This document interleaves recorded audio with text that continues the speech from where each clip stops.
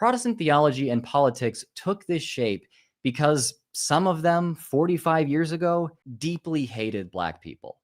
Where is the logic here?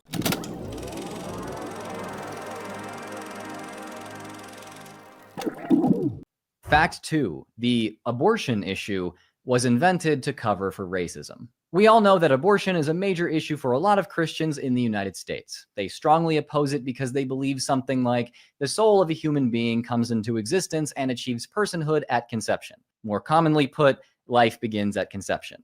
So, ending a pregnancy to them is the same as ending any other human life, which is wrong. The Catholic Church has preached against abortion at some stage of fetal development for many centuries at least. But Protestants, they only latched onto this idea in large numbers about 45 years ago. Yes, this is the same issue that some Christians have committed actual terrorism and political assassinations over. They've firebombed clinics with people in them, among other things, forcing Congress to pass laws explicitly protecting reproductive clinics of all kinds. I'll be honest, I have no idea what that was about. I tend to stay out of the political stuff because it's all a bunch of he said, she said. Let's exaggerate what Atheist is doing and throw the principle of charity right out the window. So I'm immediately skeptical. But yeah, I'm not going to comment on the firebombings or the assassinations when we get to that point, because it's really hard to figure out what's actually happening there. I don't know what to think there. A Christian nationalist man assassinated pro-choice Minnesota State Representative Melissa Hartman and her husband. He also shot pro-choice State Senator John Hoffman and his wife, though they fortunately survived. He apparently had a long list of other intended targets composed of Democratic politicians as well as abortion providers. Who he targeted tells us a lot about this guy's motivations. So I'm not surprised that over 70 sources have reported on this. Okay, he's going to go into an ad here, so we're going to stop there because we're not going the timestamp where he stops the ad is 6:50-ish. Yeah, I know. I marked it down. So my first question is, where is the evidence that Christianity caused this violence? Like, where's the evidence of that? We're basically just citing some random cases, anecdotal evidence, and going, oh, look at this. Yeah, okay. I could do that too. I could cite Stalin, Jim Jones, who was not a Christian. He was actually an atheist when he started his cult. People don't realize that. I could cite all sorts of bad atheists. I could cite about the recent arrests happening at the Washington Post of people that were into PDF porn. And they were, am I going to blame all that on atheism? Am I going to say, yes, this is what atheism leads to every time? No, I would need an actual study with robustness checks, a multivariable analysis to do something like that. We're just getting these random cases and then blaming it on Christianity. That's absurd. I mean, remember when there was a vegan that once shot up, I think, YouTube headquarters? Did we blame that on veganism? Does veganism cause violence now? No, that would be silly. But when it comes to religion, atheists get to do this all the time. Christian does a bad thing, therefore it's Christianity's fault. Let me put up on my slides here. When we look at the data, though, we don't see evidence that Christianity leads to crime, violence. We actually see the opposite. So again, I cited a lot this research and a lot more in in a video. Is Christianity harmful? Which is like 55 minutes of just going over study after study after study, dealing with all the atheist objections I've gotten over the years. But this one, they said they surveyed several studies in this review, this systematic review. They said approximately 90% of the studies, they found beneficial relationship between crime and delinquency and religiosity. Only 9% of the studies found no associations or reported mixed findings, whereas only 2 found a positive association. Another meta-analysis here said we examined the data from 60 studies and found that religion had a statistically significant, moderately sized effect on crime. Our findings give confidence that religion does indeed have some deterrent effect. Here's another meta-analysis. Among the 6, the relationship between church attendance and drug use was found to be largely relative to the other bivariate associations. That is, religious involvement tends to decrease delinquency in part because it's likely to increase the level of fear of punishment, social bonds, self-control, while decreasing delinquent learning and strain-related negative emotions. Okay, the religious effect, however, is often found to remain significant after controlling for those variables. I've cited this study before from Davis Brown. States with a Christian GRP, that's government religious preference, are less likely to initiate an interstate armed conflict. So when you have a culture that's Christian and they have a government religious preference that's Christian, we see conflict, interstate armed conflict decreases, violence decreases. So it seems in the research, religiosity is leading to less crime and violence and aggression in interstate armed conflict. So when you're saying that, oh yeah, their Christianity is causing all this harm, just like Islam is. Well, you know what's funny, Drew, is that in this study, he also looked at Muslims and Islam. He found that Islam, after several robustness checks, is positively associated moderately with more interstate armed conflict. So when you look at the data, we have good reason to look at Islam as being problematic in this issue. We don't have good reason to think it's Christianity, though. In fact, we would expect violence, aggression, these things have decreased when it comes to Christianity. So, yeah, Christians do bad things. Atheists do bad things. Muslims do bad things. We need to stop and go, can we actually look at what the motivating factors are in this issue? When it comes to Christianity, it's a lot harder to do that. I would say it can be hard to do that with atheism. It's not be nearly as hard with Islam, though. Out of curiosity, I just Googled. Now I don't know how much factualness there is to this, but I was just curious, right? Because he's like talking about how people are firebombing the pro-choice clinics and stuff like that. So I just was looking up to see if there's any violence from pro-choice activists towards the pro-life agencies, and there is. So I just find that interesting because I've never really heard about that before. I actually had to like ask the question rather than have the question presented to me. Then again, I might be a bad test sample there because I don't really consume content and stuff like that. I just thought it was an interesting point to bring up. Yeah. Protestants 50 years ago didn't oppose abortion. The Southern Baptist Convention openly called for it to be legalized throughout the 1970s. When Roe v. Wade was decided, the president of the SBC said, "I have always felt that it was only after a child was born and had a life separate from its mother that it became an individual person. And it has always, therefore, seemed to me that what is best for the mother and for the future should be allowed." In the late 70s, Billy Graham refused to participate in anti-abortion campaigns. And as this article from Politico says, even James Dobson, the founder of Focus on the Family, who later became an implacable foe of abortion, acknowledged in 1973 that the Bible was silent on the matter, and therefore it was plausible for an evangelical to believe that a developing embryo or fetus was not regarded as a full human being. So, what changed this? Throughout the 70s, white evangelicals were mobilizing against the progress of the civil rights movement, specifically desegregation. The IRS no longer allowed tax-exempt status for whites-only Christian academies like Bob Jones University. Jerry Falwell, who called this progress the civil wrongs movement, also had his segregation academies affected. After the Republican Party nominated Reagan as its candidate for president in 1980, Reagan spoke against this effective desegregation, but said nothing about abortion. This resonated with their base, but didn't help win new people to their side. They had to find a way to promote white Christian segregationist interests without putting people off. Enter Paul Michael Weyrich, also known as the architect of the religious right. During the midterm elections of 1978, Roman Catholic anti-abortion activists helped flip 4 Senate seats for Republicans, and Weyrich saw an opportunity. He alerted Falwell and other white evangelicals that they could use opposition to abortion, a more respectable issue, to energize and grow their following. Okay, so then, so Christians were already against abortion, and then rich people just hijacked it. Dude, that's all I heard there. This conspiracy theory goes so deep, Mike. I called Matt multiple times to vent to him about how annoyed I was about this. Okay.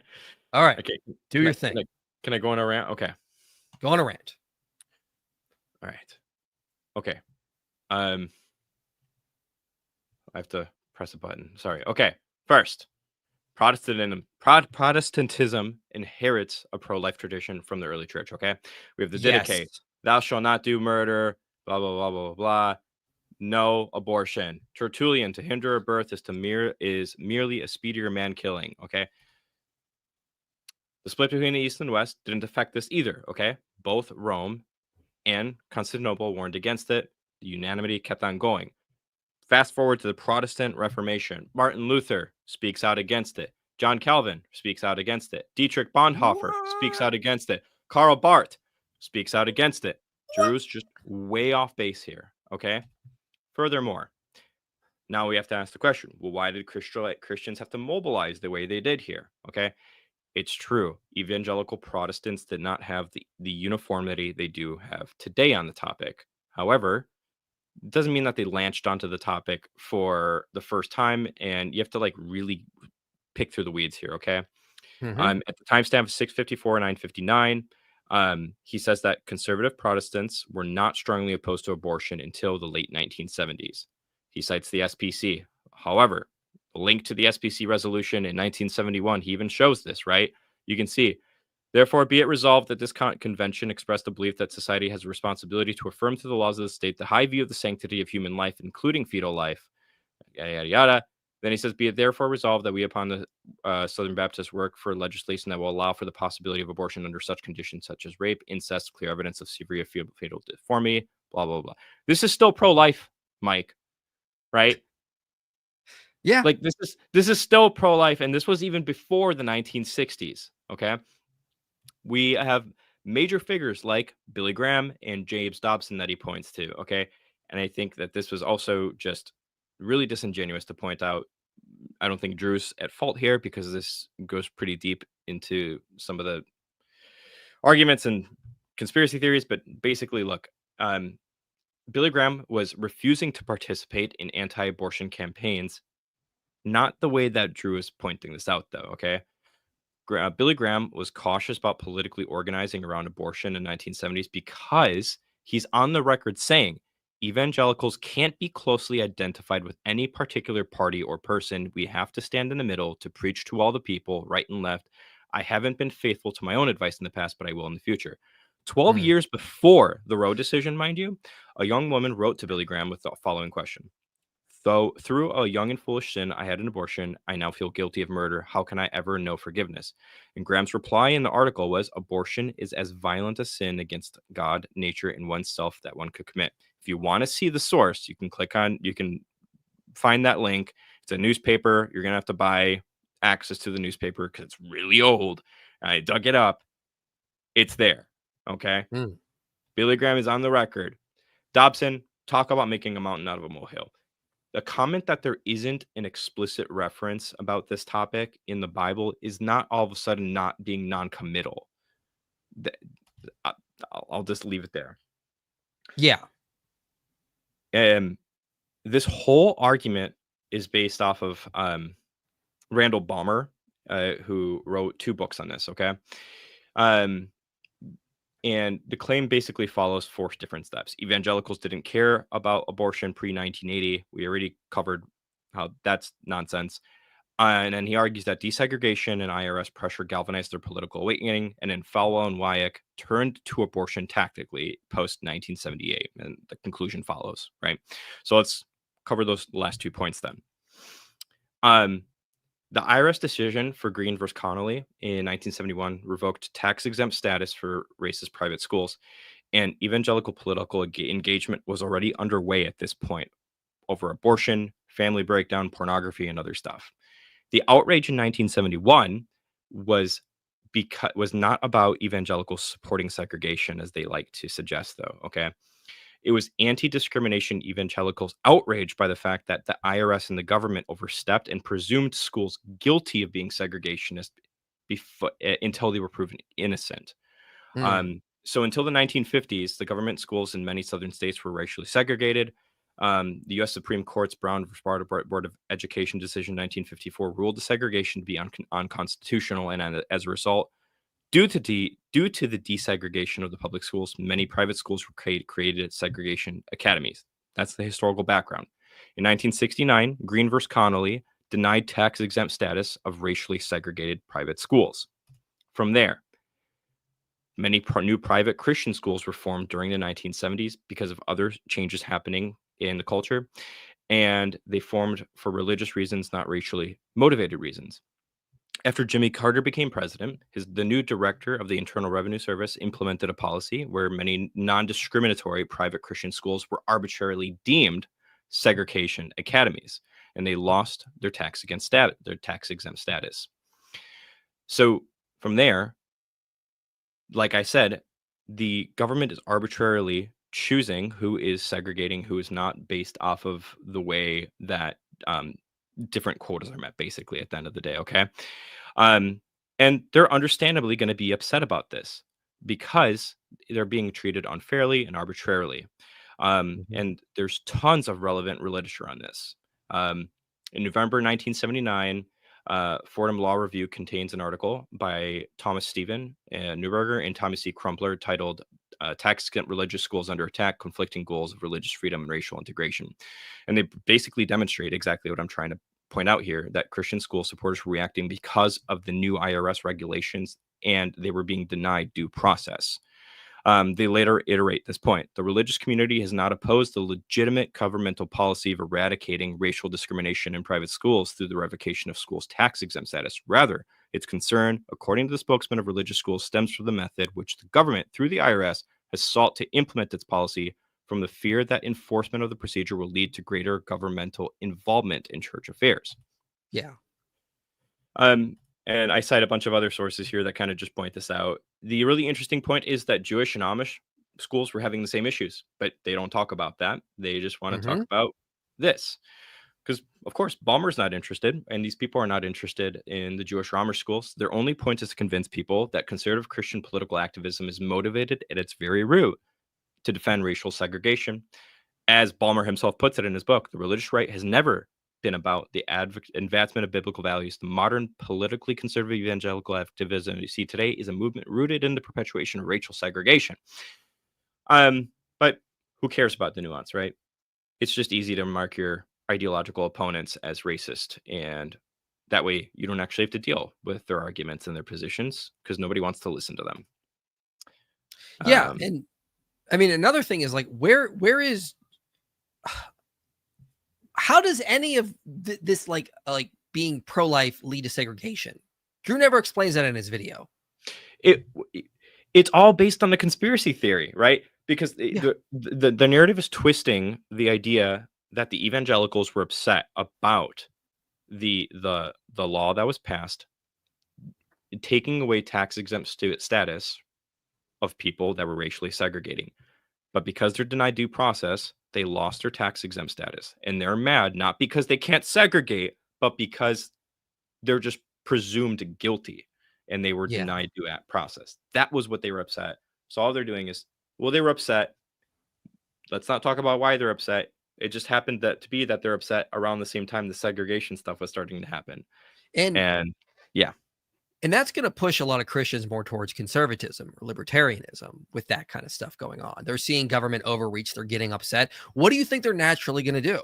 They're naturally going to go more into like the Republican conservative party because of that kind of stuff, which is Drew's going to about to get into, which we're going to talk about, because he's going to blame it all on, again, like being hijacked by evil corporations and all this stuff. And I'm not saying like everything he's saying is false, but he's leaving out a lot of very important details. I mean, there's a lot of reasons Christians became more conservative in this time period. It's not the way he's painting it out. All right, let's get back to Drew's video here. Why is it not going up? There it is. In preparation for the presidential election of 1980, these guys started churning out anti-abortion propaganda, saying that in just one generation, the one generation that did the civil rights movement, our society has degenerated into holding a low view of human life. But also it now puts man at the center of all things instead of God. What? Humanism, secularized society, and liberal theology are all eroding Western civilization. We must return to Judeo-Christian values where all human life is actually valued. Wouldn't that go against segregation? Saying that? Like, You say all human life is value. We need to go return Judeo-Christian values where we're all of one human family. Therefore, segregation? How does that follow? Remember how I said that they were already in an uproar because of family declines and pornography and all this other stuff? Mm-hmm. Yeah. Like, I have no idea how any of this is supposed to help them in their evil conspiracy to bring back segregation. Like, where is the logic here? Connect the dots, please. Drew does not do that, unfortunately. Sound familiar? Yeah, this worked to galvanize evangelicals into a united political force for religious Republicans, framing the rejection of the civil rights movement as respect for all human life. Racist Ronald Reagan went on to win the presidency. The religious right became an obscenely powerful force in American politics, and American Protestants still largely oppose abortion. The force behind all of this was not love for God or adherence to sincerely held theological beliefs. No. Protestant theology and politics took this shape because some of them 45 years ago deeply hated Black people. Where is the logic here? Like, how I does saying Again- we should respect all life means you hate Black people? Like, I went through all that stuff I did before we finished the whole timestamp. Because now you see how ridiculous it is once you contextualize the history.